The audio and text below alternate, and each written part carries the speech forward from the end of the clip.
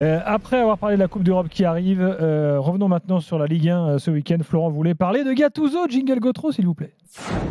Monsieur Sarkozy, vous pouvez nous dire un petit mot. La voiture s'éloigne, je vais essayer de remonter sur ma moto. Quel jingle de légende. Tout à fait. Quel moment légendaire. Il date un peu quand même, si je puis me permettre. Je pense que celui-là, en plus, c'est 2012. C'est la défaite de Sarko. Ah, peut-être pour ça qu'il n'a pas répondu du coup. Ouais, mais même quand il a gagné, il m'a pas répondu. Bon alors, qu'est-ce que tu voulais retenir du premier match de Gattuso? Bah écoute, c'était un peu dans ma tête, c'était après le match un peu mitigé. Et après, je me suis dit que il allait avoir un sacré chantier, ce qui est normal, parce que l'OM a pris 10 buts dans ses 3 derniers matchs, quand même. Parce que donc il y a le changement de système qui est bienvenu sans doute, mais on recommence donc avec un nouveau système et un nouveau coach. Et parce que en attaque, il y a quand même beaucoup de questions qui se posent, notamment autour d'Aubameyang, mais pas seulement, parce que je trouvais l'entrée de Vitinha catastrophique samedi soir. Puis c'est Gigot qui a le plus d'actions dangereuses quasiment, donc au bout d'un moment ça commence à poser problème. Et puis d'un autre côté, j'ai regardé les stats effectivement du match de samedi, et effectivement l'OM s'est procuré des occasions.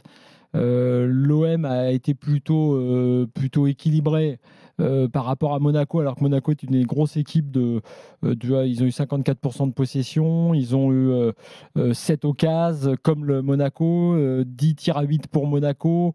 Bref, l'OM a été présent, Gattuso était là dès l'échauffement, c'est une image assez forte avec les joueurs, et finalement je me suis dit que dans le contexte qui était le contexte marseillais depuis quelques semaines, dans ce contexte volcanique, compliqué et où les joueurs ont été perturbés, effectivement ce Gattuso-là, qui n'est pas, on en avait parlé avant son arrivée possible à Lyon, qui n'est pas sans doute le plus grand tacticien du monde, allait pouvoir insuffler ça. Donc j'ai pas trouvé d'équipe ridicule du tout, parce que Monaco, c'est une des plus fortes équipes depuis le début de la saison. En revanche, je pense que le chantier est considérable et que la problématique de ce qui s'est passé, c'est que non seulement tu changeais d'entraîneur tous les ans déjà avant, mais là maintenant, si tu rechanges au bout de 7 journées de coach et que tu dois à nouveau changer le système, te rassurer ta défense qui n'était pas si mal jusque-là et qui prend 10 buts en 3 matchs, et te trouver surtout une attaque parce qu'Aubameyang est fantomatique, je me dis que quand même, pour ce Gattuso-là, le chantier effectivement va être conséquent. Ouais, écoute, Daniel, moi, on en a parlé samedi soir, puisque j'étais à Louis II. Les stats, je m'en méfierais. Celles que tu as lues, parce qu'il y a quand même quelque chose qui ressortait clairement du bord du terrain. C'est la supériorité physique et technique de Monaco. Et l'impression, mais ça, je pense que tu le sais, puisque tu l'as dit, Monaco est l'une des meilleures équipes du championnat. Et Monaco a des joueurs que Marseille n'a pas. Plus en forme, plus jeune, plus technique, plus physique, plus tout, quoi. Donc, quand tu parles de chantier, oui, c'est vrai. Et Gattuso, honnêtement, je ne vois pas à partir de quel moment tu vas pouvoir le tenir pour responsable de quoi que ce soit. Parce qu'arriver, après qu'on ait changé l'équipe cet été pour la donner à un entraîneur qui avait une idée assez précise, qui n'est déjà plus là, et tout changer, je ne vois pas comment les joueurs ne peuvent pas avoir la tête à l'envers, ne peuvent pas eux-mêmes se demander comment ils doivent jouer, ne peuvent pas être en perte de confiance. Et je suis désolé, mais le responsable de ce bordel, c'est quand même le président.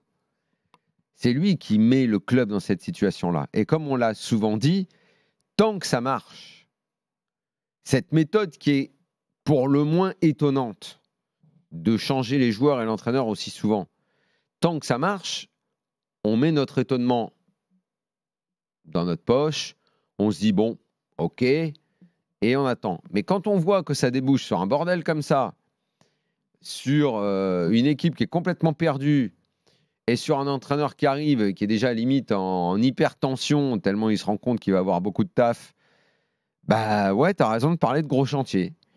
Et tiens, puisque tu parles de gros chantier, moi je vais lui soumettre une compo à Gattuso, parce qu'il va falloir qu'il en trouve une. Déjà, je ne crois pas qu'une défense à 4 ce soit possible pour cette équipe. Donc je mettrai les deux qui étaient dans l'axe, mais je leur mettrai Balerdi avec, et je mettrai Klose et Lodi sur les côtés. Rongier et Verretou. derrière les deux attaquants. Avec un Rongier qui souffre en ce moment. Il y a beaucoup de mal, mais ils ont tous du mal. Ils ont tous du mal. Donc il va falloir les remettre. C'est très symptomatique de il voir va falloir un peu les resserrer tous, tu vois. Après, est-ce que Kondogbia est en état de prendre la place de l'un des deux? Mais donc, Verretou, Rongier. Et un mec derrière deux attaquants qui, pour l'instant, parce que Vitinha, il y a une obligation qui est également celle de dire qu'il a coûté beaucoup de blé, qu'il va falloir à un moment lui faire confiance pour qu'il nous montre réellement de quoi il est capable. Et il n'a pas été mauvais depuis le début de la saison. Ouais, mais là, moi, je trouve qu'il fait une entrée cataclysmique. L'entrée n'est pas bonne. Mais, et Aubameyang, qui doit absolument être remis en question. Mais donc, le joueur derrière les deux attaquants, Harit ou Unai, parce que les deux ont des capacités techniques pour faire des différences. Et c'est comme ça que je jouerais. Dans ce système-là. Après, choisis-toi tes hommes. Est-ce que c'est Kondogbia ou l'un des entre les trois, deux places? Et pareil devant, Harit, Unai en position un peu de meneur. Et t'envoies deux attaquants choisis. Mais Aubameyang ne peut pas être titulaire indiscutable. Il n'avance plus. Et d'ailleurs, je pense que quand Aubameyang est venu, c'était dans l'idée de jouer à deux devant. Parce que tout seul devant, il n'en est pas capable. Donc, il est bien obligé de revenir à quelque chose de ce genre-là. Parce que s'il continue avec un 4-3-3, donc là, je pense que ça va être un problème. Non, puis Correa, même dans ce 4-3-3, n'a pas été bon. Mais Correa, c'est pas un bon recrutement. Aubameyang, c'est pas pour l'instant un bon recrutement. L'été. Ndiaye, c'est pas encore suffisant. Là, il a marqué. Enfin. Oui, enfin, il a marqué. En plus, il rate son tir quand même. Il rate. En plus, c'est donc c'est pas. Il faut dire les choses comme elles sont. L'été du président de l'OM, l'été de Pablo Longoria n'est pas bon, n'est pas réussi. À lui de se rattraper maintenant avec ce choix d'entraîneur qu'il a fait. Et pour le sauver de critiques qui pourraient devenir beaucoup plus virulentes, eh bien, que Gattuso trouve la bonne formule et qu'il redresse cet OM. Parce que là, moi, je trouve que après, même si c'était Monaco, il y a des gars que je vois dans une forme précaire. Mais c'est toujours la façon de voir. Tu peux le voir le verre à moitié vide ou à moitié plein.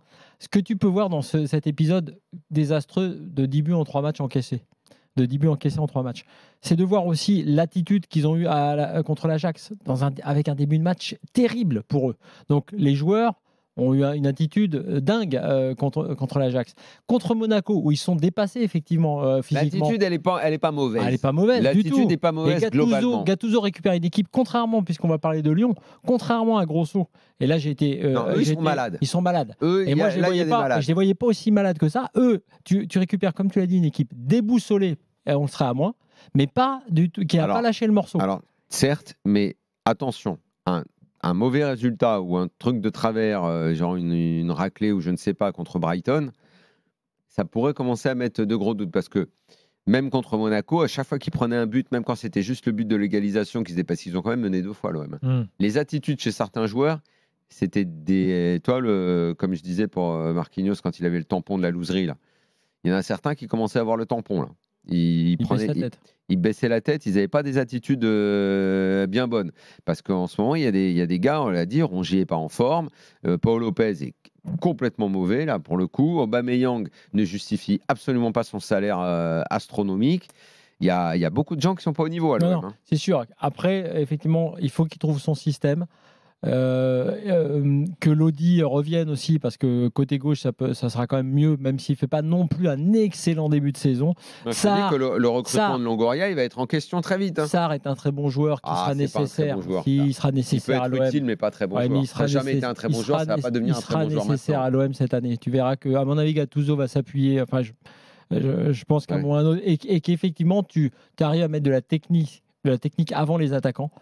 Parce que Rongier Verretou, ok, mais si tu as Unai ou Harit, que tu amènes un peu de ballon pour avoir quelque chose qui se passe. Et il l'a amené, Unai est titulaire, Harit est rentré dans le match, et parfois ils se perdent un peu avec le ballon, ils veulent en faire un petit peu trop, alors tu sens bien que c'est quand même eux qui ont les qualités techniques pour tenter d'organiser et transmettre. Mais c'est vrai, là où c'était terrible. Samedi, là, on a beaucoup fait. Là où c'est terrible, je fais le lien parce que comme il y a les 2 entraîneurs italiens avec 2 équipes pour différentes raisons malades, un contexte qui rend malade à l'OM et des joueurs et un vestiaire malade à Lyon tout court. Ça fait tâche et ça se voit d'autant plus quand tu rencontres, comme l'a dit Daniel, une équipe en face à Cliouche. c'est le contre-exemple Le mec de il ce s'est que tu as vu baladé, de l'autre c'est un côté. gamin, il s'est promené. Ça va vite, c'est technique, c'est rapide, c'est ambitieux, c'est sympa. Sans compter les joueurs qu'on connaît déjà, même Balogun, et malgré les échecs qu'il a connus la semaine d'avant sur penalty, peu importe, ils Non, ont Balogun, des solutions. c'est quelque chose. Hein. C'est très très À la fort. balle, il met le coup de rein. Ouf, Ah bah oui. il en dépose. Hein.